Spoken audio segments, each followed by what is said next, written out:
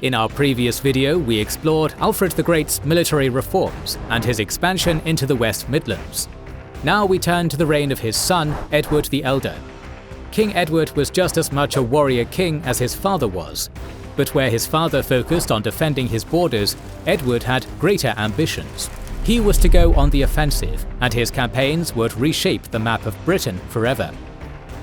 And that very same Britain would go on to birth a certain other nation that's now celebrating its birthday, in which our sponsor today, World of Warships, is no exception. As you probably know, World of Warships is the big daddy of tactical naval combat, free to play on PC and on consoles via the sister title World of Warships Legends.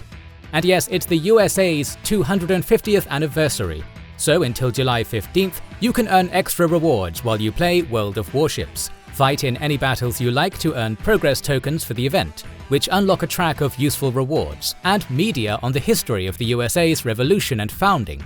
On top of the reward track, play one battle to get a free anniversary bundle of goodies, and after 10 battles, you can take South Carolina, St. Louis or Wicks for free if you're a new player. Plus, they're adding the Fort Worth and Wisconsin Golden, and a load of other stuff since the game gets new content every month.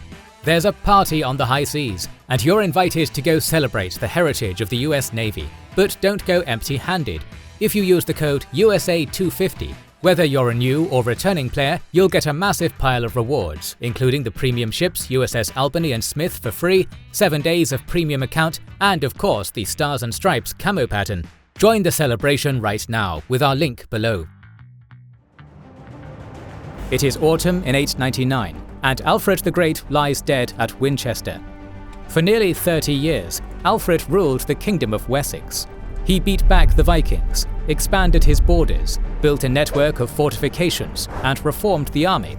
Who could possibly fill such large royal boots? Alfred had naturally favoured his son, Edward. But he was not the only potential successor. Another candidate was Edward's cousin, Prince Æthelwold.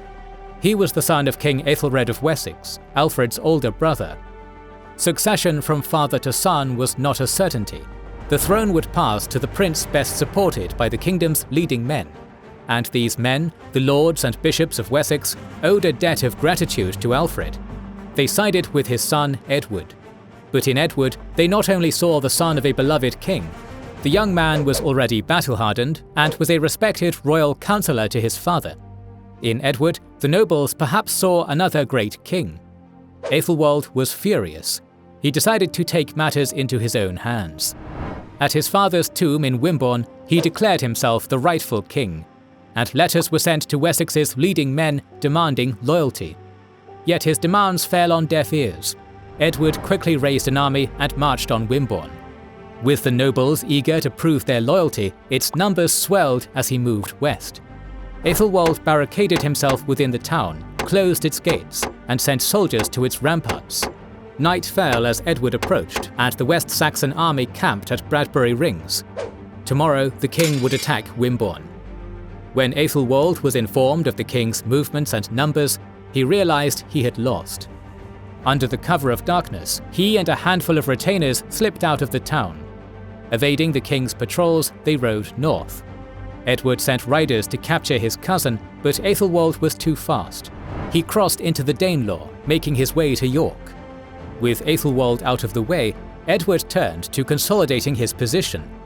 The king's first wife Edgwin was set aside and replaced with Lady Æthelflæd of Wiltshire, who came from a powerful West Saxon family.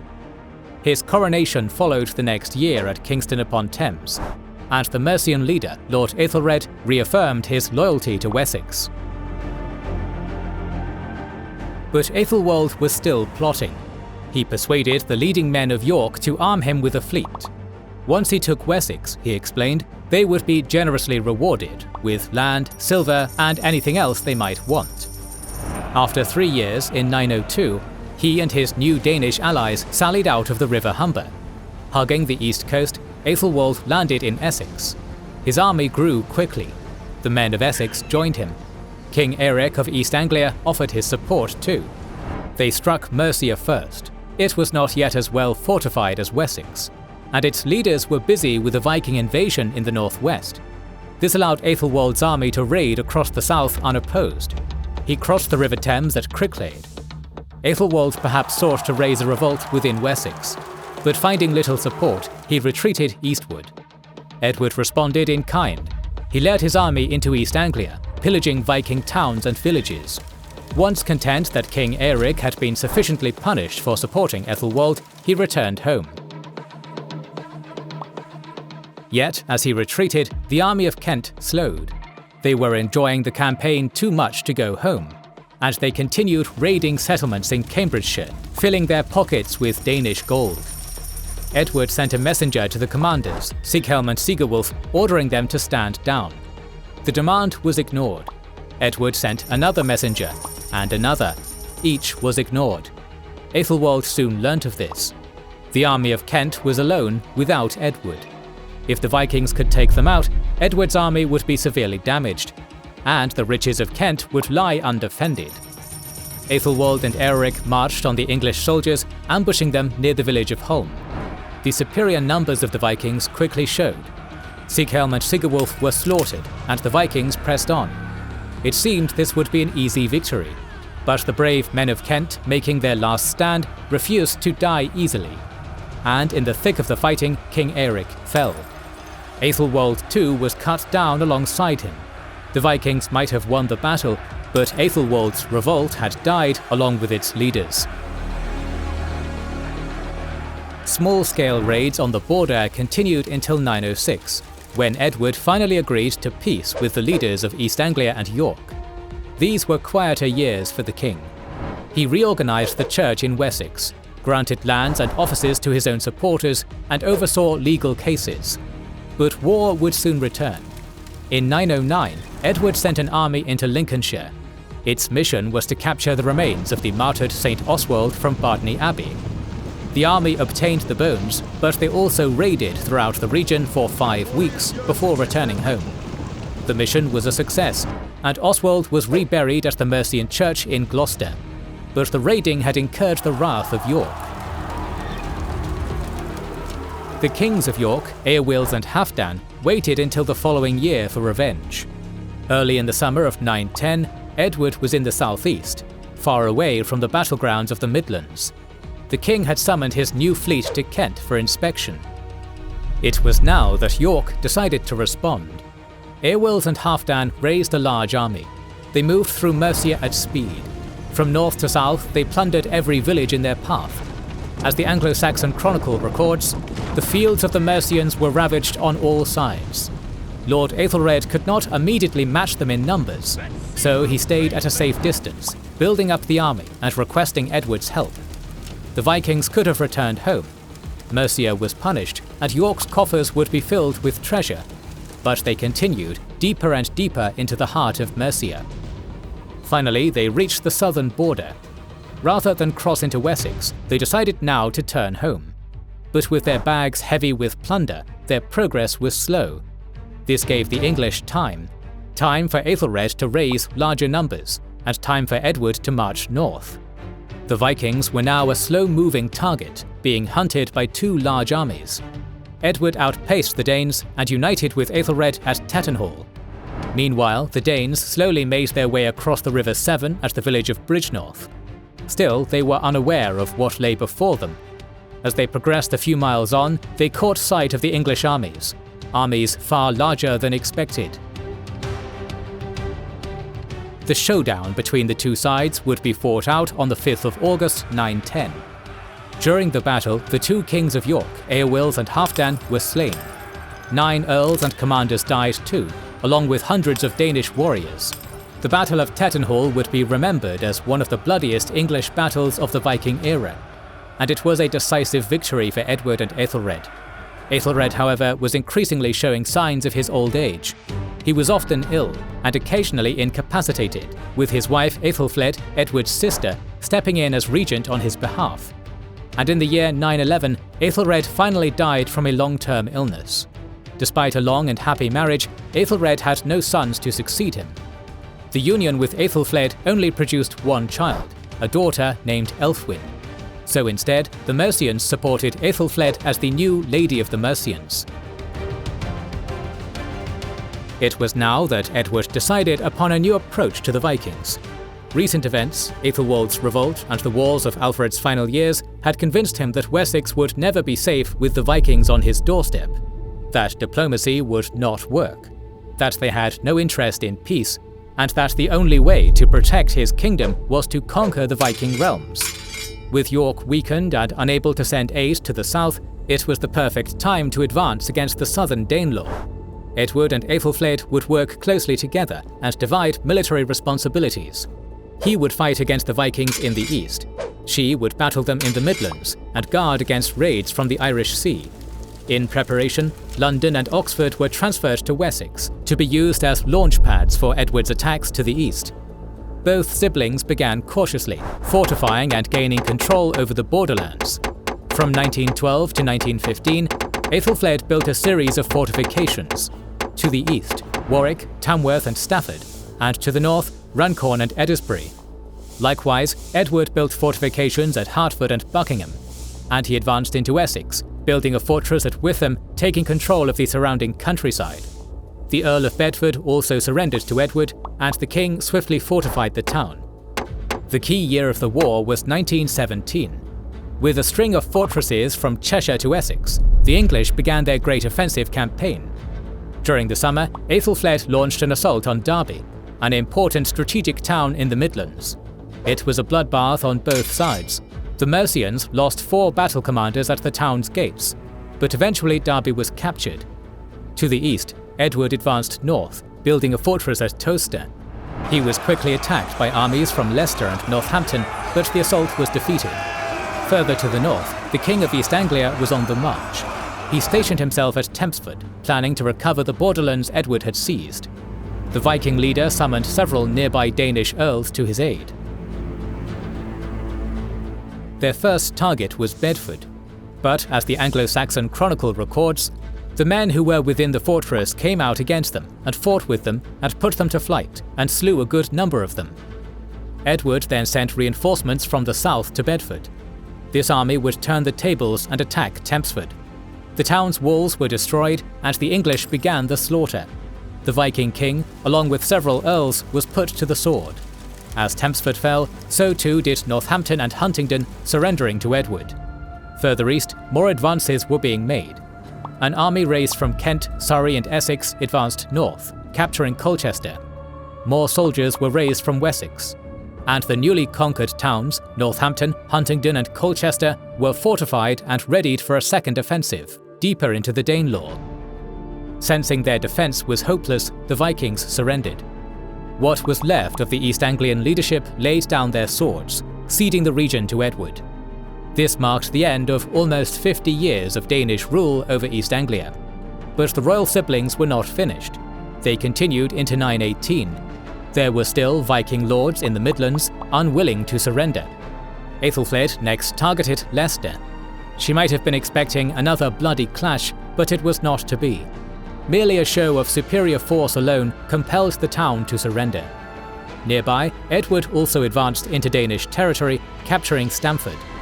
But in this moment of glory, tragedy struck. On the 12th of June 918, Æthelflæd died. She had been a formidable leader of the Mercians and a crucial ally to Edward, and now Mercia was once again left without a male heir. But Æthelflæd had been training her daughter, Ælfwine, to rule. Ælfwine won the backing of the Mercian nobles and bishops. Edward too was content with her governing Mercia, at least for now. The king had more pressing matters on his mind. He had advanced further north, determined to finish the war for the Midlands and sweep away the final resistance. Nottingham was one of the last Viking strongholds in the northeast Midlands. Edward besieged and captured the town late in the year. Nearby fortresses followed, ending the resistance and bowing before the king. The war for the Midlands was over. In just 6 years, Edward had taken control of Essex, East Anglia and the East Midlands. It was a remarkable display of his military leadership and strategic planning. As the Danelaw was divided between regional magnates, he was able to pick them off one by one. He gradually expanded northward piecemeal, until the very end, when his advances were swift, sudden and large. The historian Sir Frank Stenton gave Edward unique praise as a military commander. King Edward will still be left as the organizer of one of the best sustained and most decisive campaigns in the whole of the Dark Ages. He showed the ability to plan and the patience to carry out a series of operations which needed years for their completion, and he always had men in reserve for an emergency. With the campaign complete, Edward turned his attention back to domestic matters, to Mercia. The king led his army west and seized Tamworth, the Mercian capital. His niece Ælfwine was deposed, and Edward took over the governance of Mercia. Any sense of Mercian autonomy was now at an end. It seemed he was only content to allow his niece to rule temporarily, at least until the war in the Midlands was finished. The Mercian nobility did not oppose Edward. Perhaps they realized the battle with Edward was a battle they would not win. Or maybe Ælfwine had already proven an unpopular leader, and Edward was deemed a more effective and experienced alternative. After losing power, Ælfwine's life is unrecorded. Most likely she lived a quiet life in a West Saxon nunnery. The coup in Mercia was ruthless, but it meant Edward was now the sole ruler of the English lands south of the River Humber. No king before had ruled so much of England. Yet, while Edward was taking over Mercia, a new threat emerged: the Viking leader Ragnall. Ragnall was probably a grandson of Ivar the Boneless, the leader of the first great Viking army in England. Their family had been exiled from Dublin in 902, and Ragnall established himself on the Isle of Man. From here, he terrorized Irish kings and raided the East Coast settlements. He came to dominate the Irish Sea. In 1917, his brother Sitric retook Dublin, while Ragnall sailed east. He landed near the River Tyne in 918. At the Battle of Corbridge, he defeated an alliance of the Scots and Bamborough. Next he turned south to York. The leaders of York had been weakened since Tettenhall, and Ragnall captured the town without opposition. Now a new axis had emerged, a single dynasty ruling an Irish sea empire from York, Man and Dublin. Edward responded quickly. He built fortresses across his northern border at Nottingham, Bakewell, Manchester and Æthelwold. He also formed alliances with the Christian rulers of Bamborough, Strathclyde and Scotland. By 920, this alliance had forced Ragnall into peace negotiations. Edward hosted the 4 northern kings at Bakewell. Here it was agreed that the Christian kings would recognize Ragnall as the legitimate ruler of York, and he, in exchange, promised to never attack his neighbours. The outcome greatly pleased Edward. After 2 decades as king, he had conquered the south, and he had pacified the north. He had, after all, proved he was more than capable of filling his father's boots. Yet the final years of Edward's reign were less glorious. Late in 920, King Sitric of Dublin sailed east. Landing in Edward's kingdom, he raided the town of Davenport. This was a clear message to the king. Ragnall might have agreed to peace, but Dublin would still plunder the English coast at will. Even worse, Ragnall died the following year, and his successor was none other than Sitric. He clearly felt unbound by his brother's agreements, but nevertheless, an uneasy peace was maintained between York and its neighbours. Within Edward's kingdom, there was uncertainty too. He had yet to name a successor. It might have been assumed his oldest son, Æthelstan, would be the next king, but he had spent his life in Mercia, and the powerful nobles of Wessex favoured Edward's second son, Ælfweard. Some might have even speculated that the kingdom would be divided between the 2 princes. It was during this period of uncertainty that certain Mercian factions grew tired of Edward's rule, and in 924 they raised a rebellion at Chester. The reasons for the revolt are unknown. Perhaps they wanted to bring back Ælfwine, or cut ties with the House of Wessex altogether. Whatever their reasons, Edward marched to meet them. The king brought his own abilities as a commander along with superior numbers and organisation. At the age of 50, Edward even led his forces into battle, inspiring his troops with his bravery. Chester was soon restored to his rule, but the king was wounded in the battle. Rather than returning south, he retreated to a nearby estate at Farndon to rest and recover.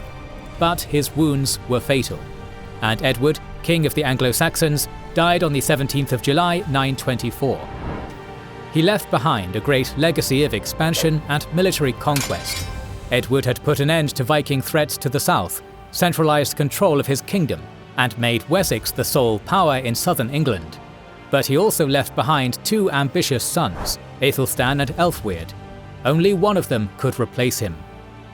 Our series on Viking Britain will continue in the coming weeks, so make sure you are subscribed and have pressed the bell button to see it. Please consider liking, subscribing, commenting and sharing, it helps immensely. Our patrons and YouTube members can watch more than 200 exclusive videos.